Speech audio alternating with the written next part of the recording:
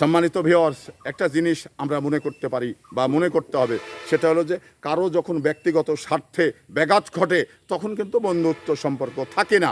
এখন যেটা ভারতের সঙ্গে বাংলাদেশের হয়েছে, কারণ বাংলাদেশের হাসিনা ক্ষমতায় থাকতে যে ভারত যা চেয়েছে সেটা কিন্তু হাসিনা দিতে বাধ্য, তৎক্ষণাৎই দিয়েছেন। কিন্তু বর্তমান এই বাংলাদেশের জনগণের সরকার সেটা কিন্তু করছে না, কারণ ক্ষমতায় বসেই আপনারা দেখেছেন যে আকাশপথের কর নিয়েছে ভারতের কাছ থেকে। এটা একটি বিষয়। আর একটি বিষয় হলো যে ভারত যখন যখন যেটা বাংলাদেশের কাছে করতে চাচ্ছে সেটা কিন্তু বাংলাদেশ দিচ্ছে না, কারণ বাংলাদেশ স্বাধীন সার্বভৌমত্ব রাষ্ট্র। আমরা কি ভারতের কাছে জিম্মা রয়েছি? ভারতের টাকা নিয়ে কি আমরা চলছি না?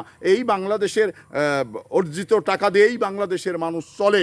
ভারত কি আমাদের কিছু সহযোগিতা করে না, কারণ ভারত যা আমাদের কাছ থেকে নেয় তার কিঞ্চিত মাত্রও আমাদের কাছে দেয় না। তো তাহলে এই ভারতের সঙ্গে আমাদের কি সম্পর্ক?